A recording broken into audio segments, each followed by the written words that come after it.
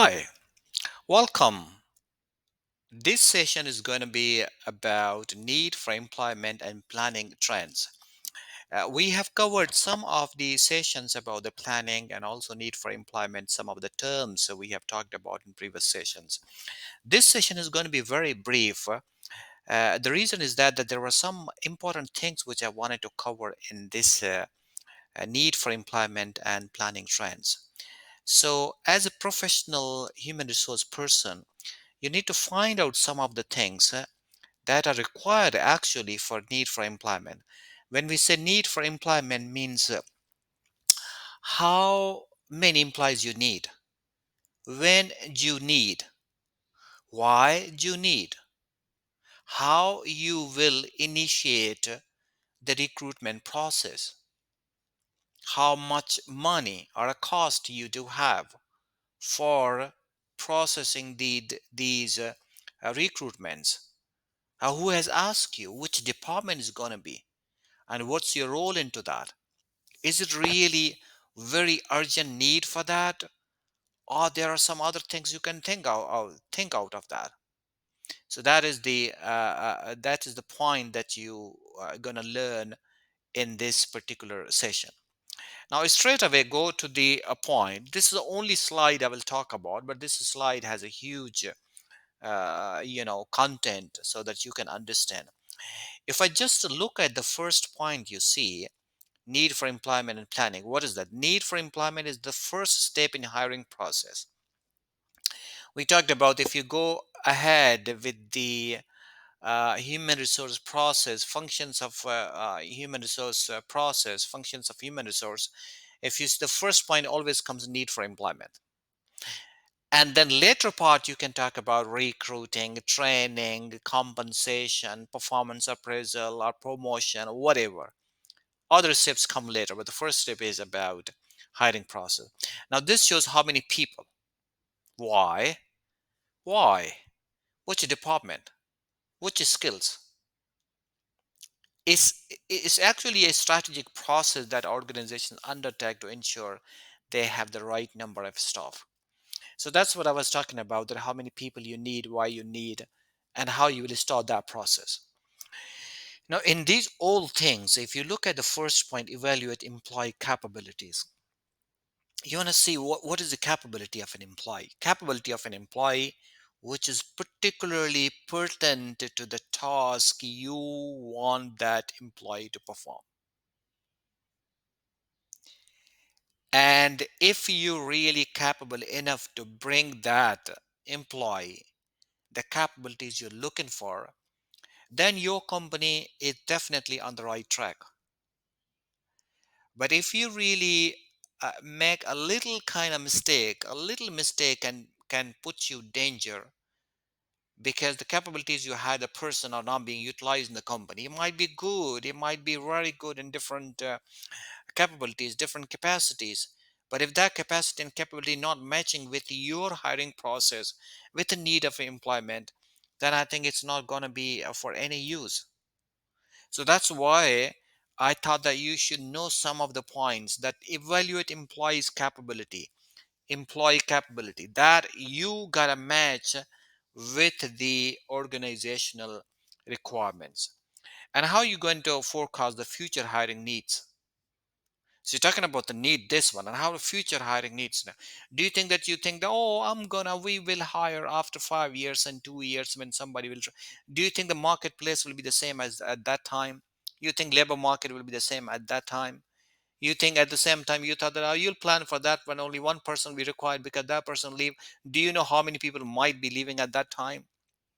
Do you know that people will be available to join you after those 2 years? What's gonna happen in these fast-paced changing technological activities?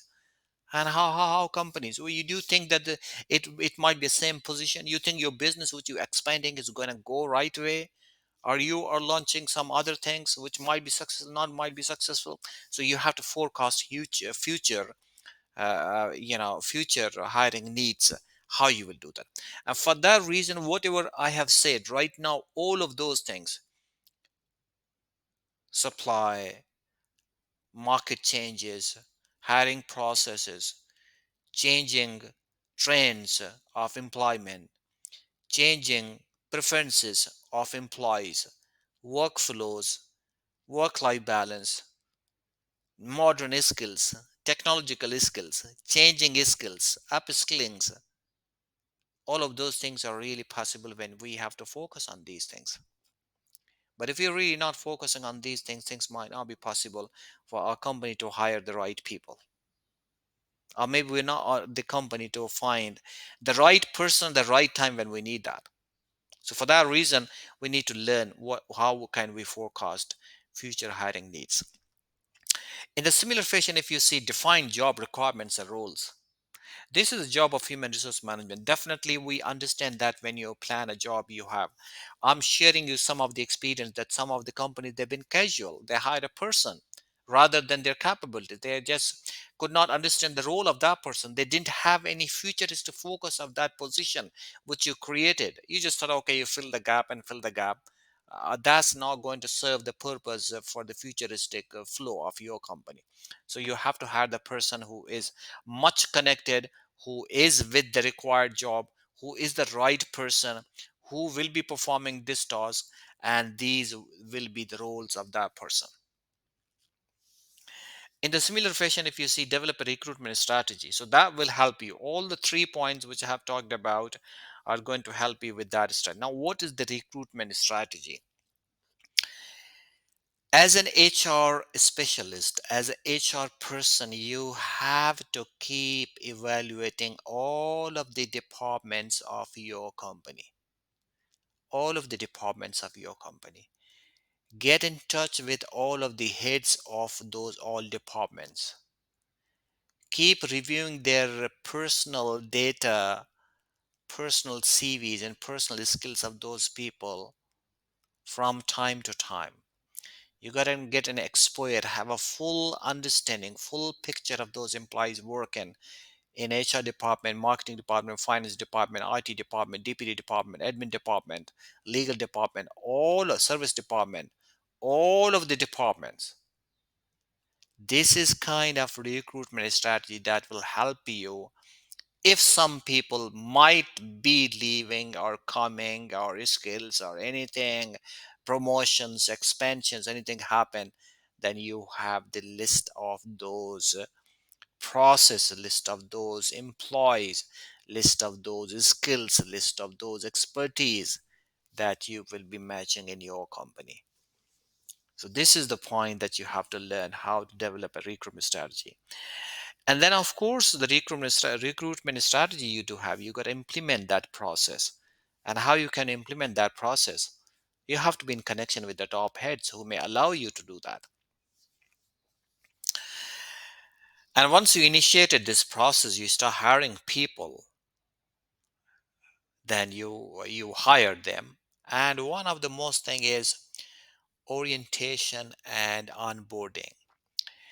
This is something that I have observed in good companies. They are so much serious in onboarding orientations that they explain everything. They put the proper schedule of all the new inductees in the company, and they give all of the information of the company, from people's responsibilities, roles, to departments, to success, to activities, whom to report, when they'll be given training, what are the positive things, what are the things that they have to care, what are legal matters they need to learn. So all of these things you are telling your employees in the orientation. Imagine if such orientation and onboarding information has been given to employees, then there are very less chances that those employees can make mistake. But if you're not telling these all things, it might possible that employees may make mistake. Orientation is a guidance to employees not to make mistakes. They gotta be very careful. They got a kind of reminder that you have to follow policies, know people, know processes, And all of knowing everything will help you to be effective in your company. And the last thing is about be flexible and adopt the changes as they occur. This is a professional one. If you're individual level, you have to accept the organization. And if it's a professional level or you're having any role in human resource department, of course you have to accept what the change is happening. If other companies are giving you flexi times, then you got to give flexi times to your own companies as well.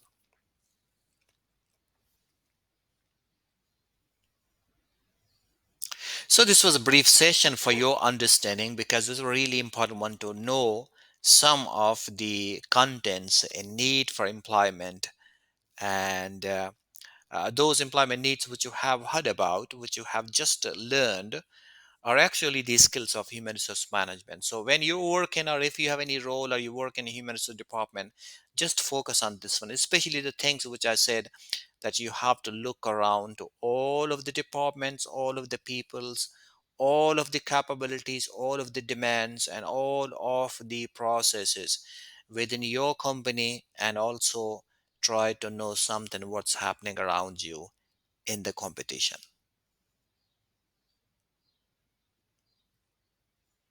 So be a smart HR professional. You got to understand need for employment and trends that we have just discussed.